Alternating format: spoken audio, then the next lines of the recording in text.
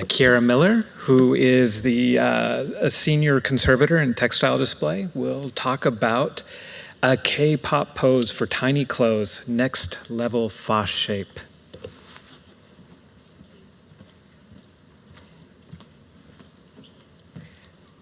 Hello everybody, I'm Keira. I'm a costume display specialist at the Victoria and Albert Museum, and it's a true pleasure to be presenting this talk, a K-pop pose for tiny clothes, hot on the heels of my V&A friends, Joe and Lauren. And I'm only sorry to everybody else that we appear to have brought the British weather with us.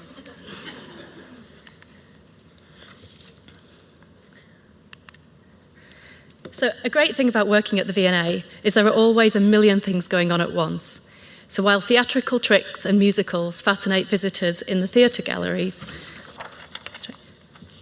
yet another gallery is awash with Korean culture, thanks to the recently opened exhibition, Hallyu, the Korean Wave.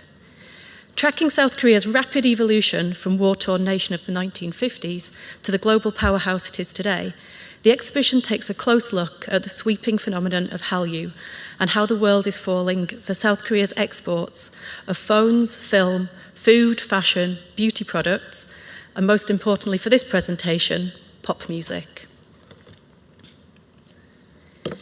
Before I go too much further, I have to confess that when I began this project, my knowledge of K-pop pretty much started and ended with a passable ability to dance along to Psy's 2012 hit Gangnam Style.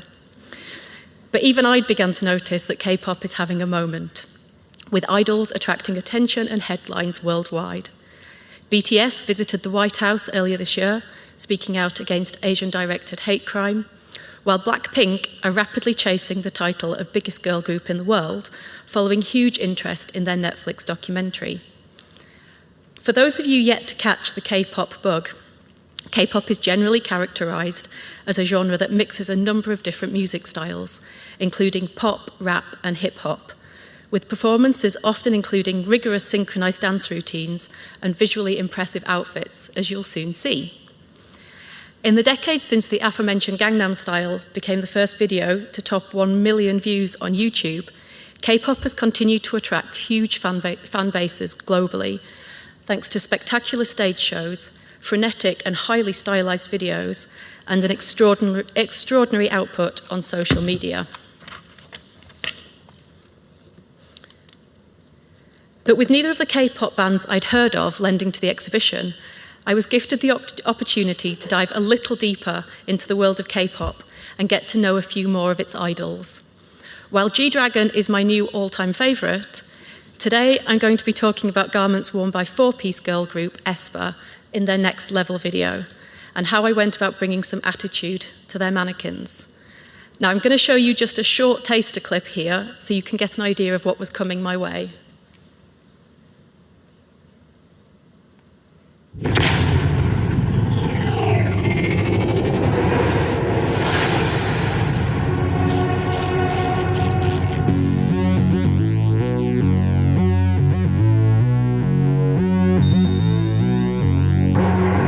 I'm on the next level, yeah. 절대적으로를 지켜 내 손을 놓지 마라. 결속은 나의 무기.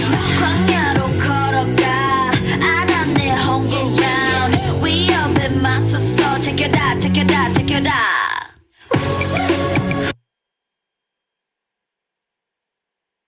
Getting to pause that video. But hopefully that was enough to get you all hooked on K-pop.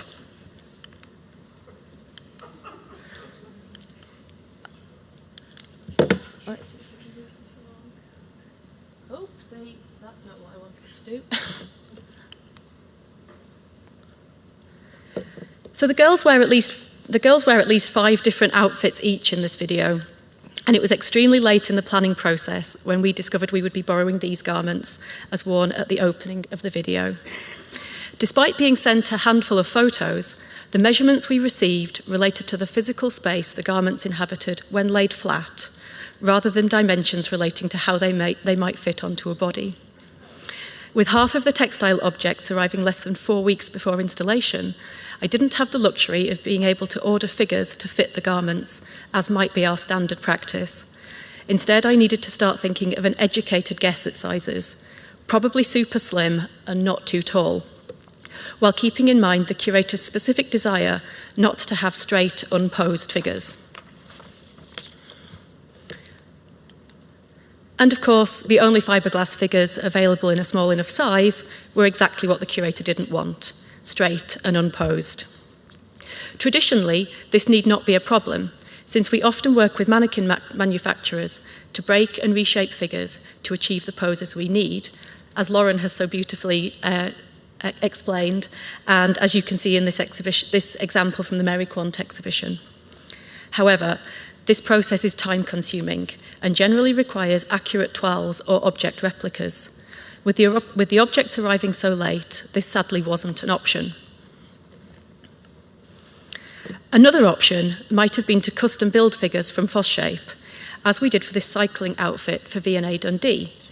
But you'll see in this example that we opted for a cutaway finish, since the texture of Fosshape isn't visually appealing as a substitute for skin. And as you will have seen, these K-pop costumes certainly show off an awful lot of skin. So what kept coming to mind as I mulled this over was a technique previously used by NMAI and the V&A, and explained by Lauren, that of coating Fosshape in foam coat before sanding and smoothing it to a fiberglass-like texture. Here you can see the technique used to great effect to disguise a hip join and create a more rounded derriere for the undressed exhibition. And I'm sure you will have spotted this is exactly the same buttock that Lauren passed around as a sample. So hopefully some of you have seen it already, and those who haven't, it's coming your way. With less than 4 weeks to mount 30 complex costumes, most of which we'd never seen, there just wasn't going to be time to treat full figures in this way. If only there was a way of achieving something similar, but a bit faster. Having found out what the objects were so late, the only figures that were small enough and available in the remaining time were our trusty papier-mâché workroom figures. We decided to use a satin top fabric cover on those to more closely match the colour of the fiberglass figures in the rest of the exhibition. And by adding articulated arms, we knew we could achieve some amount of posing in the upper body, but the challenge remained what to do about the legs. What if I could find someone else who could do the coating? Just a few weeks in advance of the objects arriving, I sent a Fosshape leg off to the studio of mannequin manufacturers Universal Display. And this is what came back.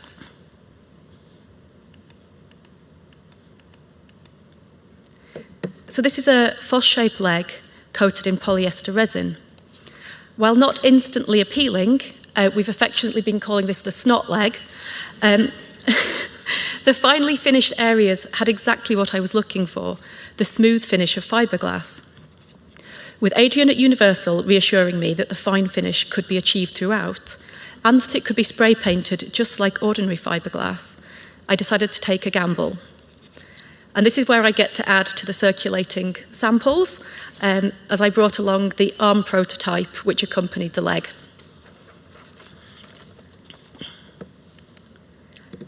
Sadly, there wasn't quite enough time to take this approach for each of the girls, nor could my nerves have handled it if the gamble hadn't paid off 4 times over. Instead, we started looking at poses where we could compromise. Using the pose in the centre as inspiration, but switching the girls around slightly, we decided the 2 outfits with trousers would have standard Fosshape legs, since they would largely be hidden, and Giselle could have straight fiberglass legs, leaving Winter in need of some experimental resin Foss legs. Acting swiftly once the objects arrived at the museum, standard Fosshape legs were made for Winter, using an existing fiberglass mannequin as a mould. And a leg pose that worked with the garments was established. And at this point, I have to thank Lauren for so beautifully demonstrating how this technique works. To achieve the pose, Winter's right leg was slightly altered to give more definition to the knee bend. This was done by cutting the Fosshape and reattaching it in a slightly different position with stitching and hot melt glue. Both her torso and legs were marked with coloured stitching, so the correct pose could be recreated once the legs came back. I chose to leave the top and bottom edges of the legs uncoated, since this would allow the legs to be stitched to the torso, while leaving the lower leg supple enough to be inserted into the object boots. So here you can see the uncoated Fosshape legs on the left, being marked for a pose alteration, and on the right, the same pair of legs, but coated and painted as they came back from Universal, which happened within the space of a week, so much faster than the standard break and reshape approach. So here are a few more images of the legs being attached to the torso and covered in the satin top fabric. You may notice that the incredibly small and see-through nature of the shorts, coupled with the slightly wider leg stance, made this a bit of a logistical nightmare. One leg had to remain detached until the shorts were almost in position, with the satin fabric being stitched down while the shorts were awkwardly stretched across the thighs. And it's possibly worth noting at this point that were I to do this again, I don't think I would opt to have the uncoated Fosshape areas painted to match the coated areas. This was a bit of a gamble, and I had hoped it might save me some precious time and help blend the join beneath the see-through hot pants.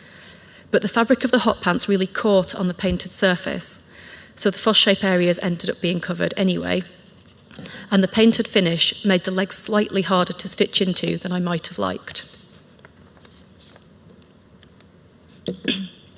Finally, of course, the whole figure needed to stand up. With object boots denying us the option for a foot spigot and the hot pants in the way of the torso's bust runner, our remaining option was to build a cantilevered bracket system connecting to the mannequin torso. Screwed to the torso, the metal brackets clamp the papier-mâché of the torso, with the extending rod slotting neatly into a fixing, which then sits inside a standard mannequin pole.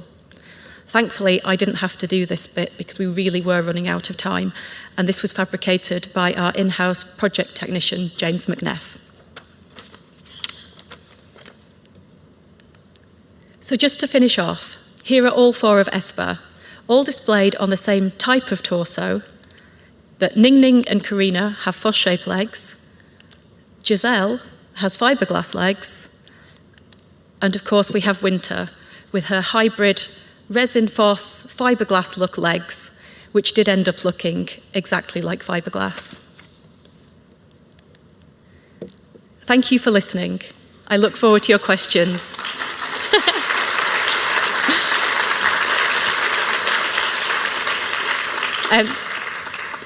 I just want to quickly say thank you to these lovely people for their support throughout the project, which I'm doing with the help of Sai, who is also in the exhibition. I'm going to try and say this bit without welling up. No, I'm not going to manage it. Having spent the last 6 months immersed in Korean culture, I'd like to end by saying that my heart really goes out to everyone affected by the recent tragedy in Seoul. Thank you.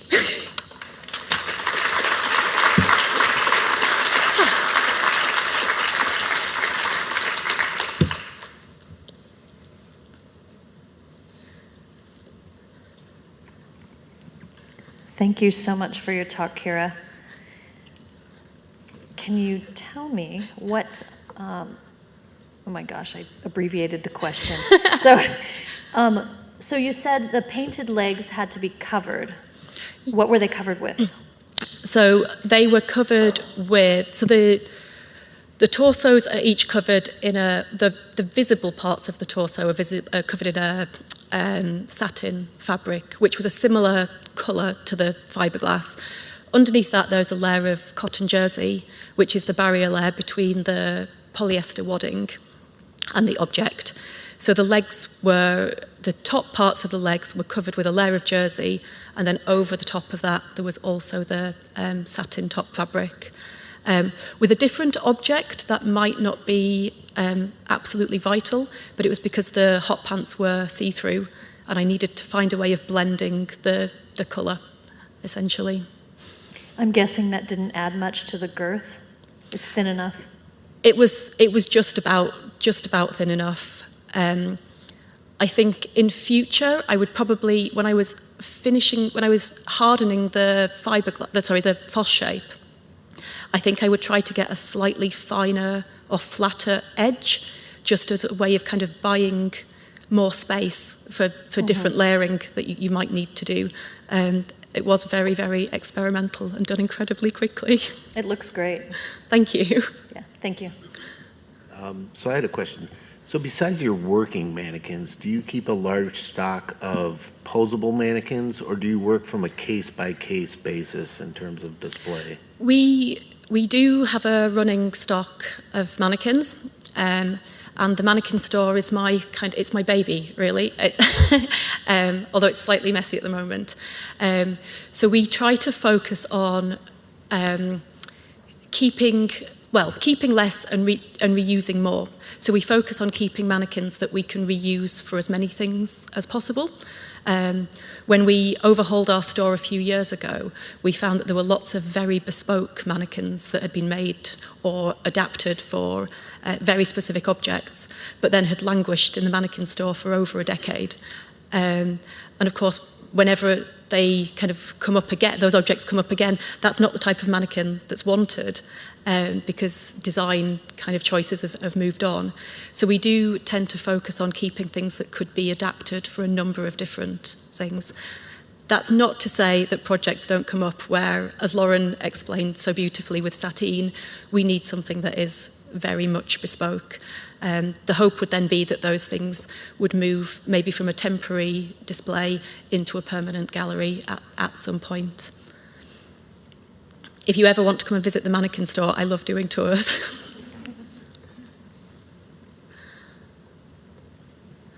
We have a question from our virtual audience. It's about the fabric, actually. So was the satin fabric a woven fabric or a knit fabric? It's a woven fabric, but it is a woven fabric with an amount of stretch to it.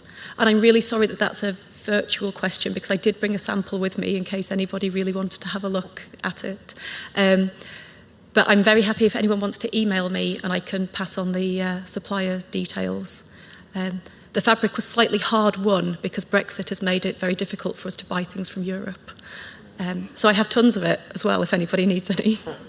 So to continue, if it's woven, was it used on the bias? Yes, it excellent. was. Yeah, right.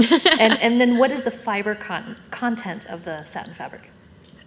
I think it would be worth emailing me about that, because I can absolutely tell you. I just don't have that information on the top of my head. And it's a conservator, so I'll email her. Yeah, and include you. Thank you. Thank you. I'm happy to share the supplier details of that as well.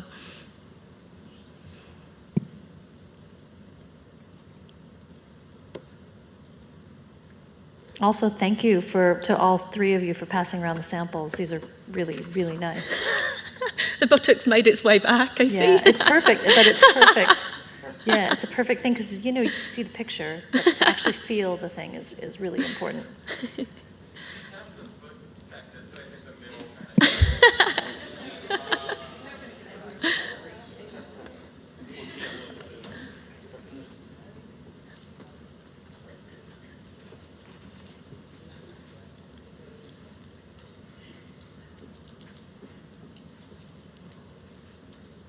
We may be getting close to releasing everybody for lunch. There we go. Thank you.